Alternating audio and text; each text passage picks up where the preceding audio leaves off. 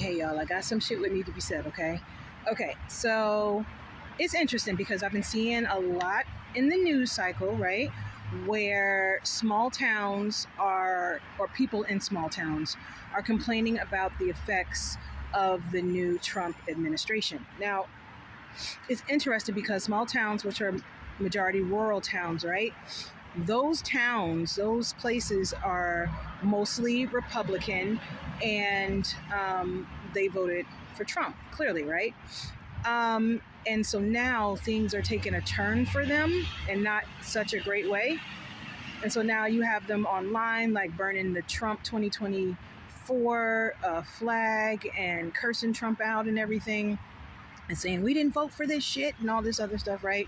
So what's happening is ever since the Trump administration has signed orders to restrict government funding for certain institutions, it has had a big impact on rural towns. So in most cases, some schools had to close down. Farming subsidies, they're not getting access to the farming subsidies that they used to get, and so it's affecting the farming, the agriculture, and the rural areas, or the farmers, I should say. It's closing down hospitals. Hospitals are closing down. And this one guy that I saw online, he said, you know, he's from a small town, and in his town, like, there's literally only one hospital. And where he lives, he would have to drive like 2 hours just to get to the one hospital that's in that town, right? And he said in that hospital is showing signs of closing due to everything that's going on. And so he was like, you know, people are going to be dying. People are going to be, you know, because they're not able to get medical care. People are going to be dying because of the agriculture not doing well anymore, not having the subsidies to be able to farm, so they can't eat. And he said schools, they're not only closing, but the ones that remain, the classrooms are getting larger, meaning that, you know, kids aren't going to be spaced out, getting the individual care that they need, the individual, you know, teaching that they would normally get, right? So now the classrooms are going to, you know, push more kids into classrooms, and teachers are going to have more, you know, more of a workload as a result. And as he was explaining all of this to y'all, the first thing that popped in my mind was like, oh, wow, this is what a lot of inner city teachers complain about. This is what I hear about that happens a lot in inner cities, where the classrooms are too big, so students aren't getting the adequate individual care that they need, you know, because some kids learn at different levels, right? So some kids need more attention than others. So classrooms are bigger, free lunch in schools being shut down, you know, Head Start being taken away, you know, things like that. You hear what this guy is complaining about with regards to rural towns. You hear that all the time with regards to inner cities. So it appears that the rural areas are now being affected the same way the inner cities are being affected. So it kind of feels like everybody is on the same playing field.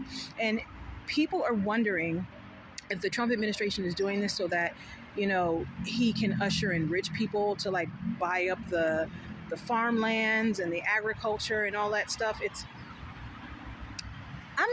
Look, okay, because we're not reverting back to, you know, the 1800s now, Trump, in regards to, you know, having the American Indians farm the lands and you usher in your rich friends, you know, because, you know, it was just in the headlines that Trump is offering gold cards for $5 million to his rich people in other countries. You know what I'm saying? So if you offering gold cards for $5 million to America, that means you coming in, you buying up all of the properties and the farms and everything, the land.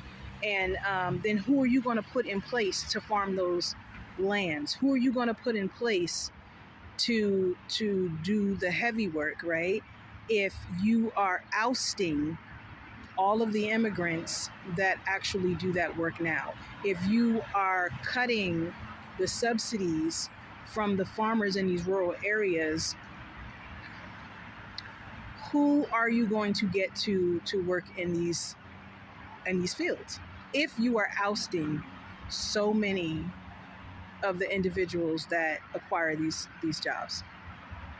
So I'm not sure if Trump is, talk about nose it, y'all. I'm not sure if Trump is trying to revert back to, you know, the 17 and 1800s. Okay. Because that would be no bueno. That would definitely start World War III. So I don't know if that's what he's trying to do. I mean, I'm laughing about it, but on some real-ish, I'm not sure if that's what he's trying to do, but that definitely would start a World War III. It would. It would. And it would not be good.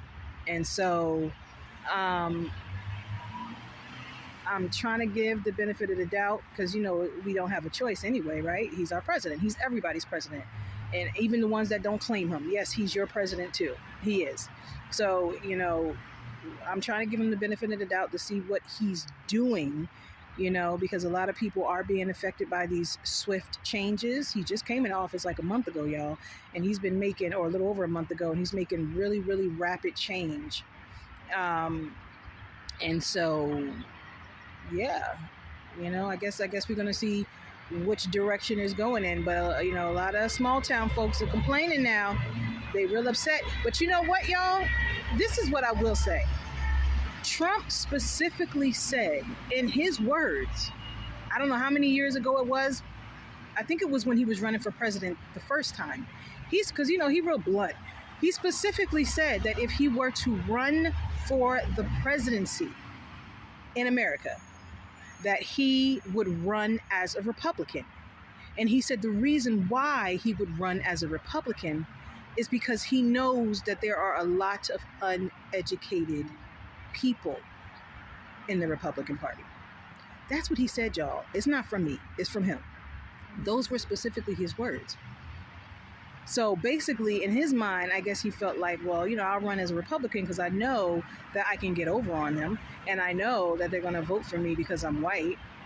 And I know because of the hatred that they carry in their heart for probably any other race, right?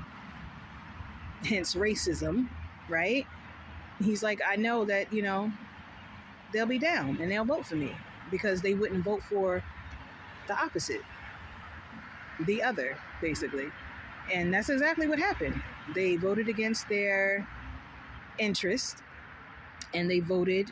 A lot of people on in the comment sections and even in some of the videos are saying that, you know, people in rural towns and those small towns, they voted against their self-interest because they voted with hatred in their heart. They voted with racism, you know what I mean, in mind, because they thought that what they were voting for was going to oust and hurt all of the other races, and that they were going to be okay because the president is white and because, you know, he has allegedly, people have called him racist, right? Has called Trump racist and stuff. So I think they had a different thing in mind. And I think that's why when Trump was rising to power even more the second time around, that's why, you know, there were some racist people coming out and attacking people of color and, you know, really kind of gunning and going hard because they felt like, yeah, we're going to have a racist president, so we can do this. It's okay for us to do this. It's okay for us to be this way. You know what I mean? And then he gets into office and everything flips the script, and now they're looking like, what the hell? And so now they're no longer looking to target us per se, but they looking to target him because they're pissed about the changes that's happening in their life financially, right? So I don't know. It's interesting topic, interesting discussion, and all we can do is wait to see what happens next, right? Comment, y'all.